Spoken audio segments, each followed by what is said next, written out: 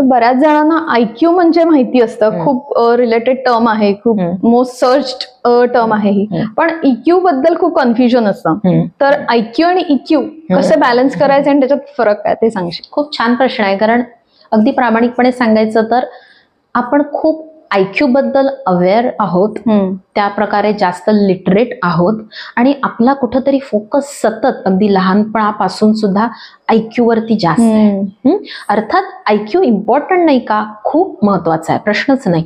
त्यामुळं मी नेहमी असं म्हणते की IQ आणि EQ हा एक कॉम्प्लिमेंटरी टर्म आहे आणि त्यांचा जो ब्लेंड आहे तो खूप ब्युटिफुली आपल्याला वापरता येतो. फक्त कसं होतं की आपण फिजिकल हेल्थ, फिनान्शियल इंडिपेंडन्सी किंवा सोशल लाईफ या सगळ्यांवरती खूप महत्व देऊन त्याच्यावरती एफर्ट घालतो, खूप इन्व्हेस्ट करतो. पण तितके एफर्ट, तितके इन्व्हेस्टमेंट, टाइम, एनर्जी, इव्हन काही वेळा पैसे ही आपण आपल्या इमोशनल हेल्थ वरती करत नाही. म्हणून EQ कुठंतरी दुर्लक्षिला राहतो आणि that is the only concern. पण याचा अर्थ IQ जास्त महत्वाचा का EQ असा होत नाही, दोन्हीही तितकेच महत्वाचे आहेत. बरोबर.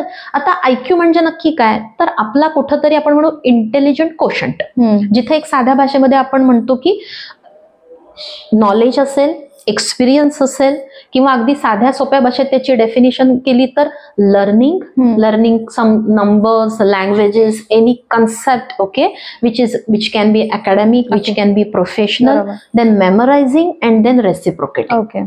ही टर्म कुठे येते तर आपल्या IQ मध्ये येते. कुठलीही गोष्ट शिकण्याची ब्रेनची पॉवर. आता आपल्याला अगदी लहानपणापासून मोठ्यापर्यंत हा IQ लागतोच. कुठे लागतो? अकॅडमिकल ग्रोथ, बरोबर आहे, जिथे मार्क्स हे पॅरामीटर, ग्रेड्स असतात, उत्तम ठिकाणी ऍडमिशन मिळणं, उत्तम करिअर अपॉर्च्युनिटीज मिळणं आणि त्यांनी आपलं लाईव्हलीहूड आपल्याला हवं तसं उत्तम प्रकारे मिळवता येणं, हे डेफिनेटली IQ मुळे आपल्याला मिळतं. पण फक्त माझा खूप छान IQ आहे म्हणून तुम्ही आयुष्यामध्ये सुखी होऊ शकाल का? नाही. तर आपण ज्याला म्हणतो की इमोशनल मॅच्युरिटी, किंवा if IQ is somewhere like brain's power, then I would say it is a heart wisdom which we can tag as an EQ. बरोबर आहे. तर तिथं तेच एक विस्डम आहे, जी इमोशनल मॅच्युरिटी आहे ती आपल्याला लागते.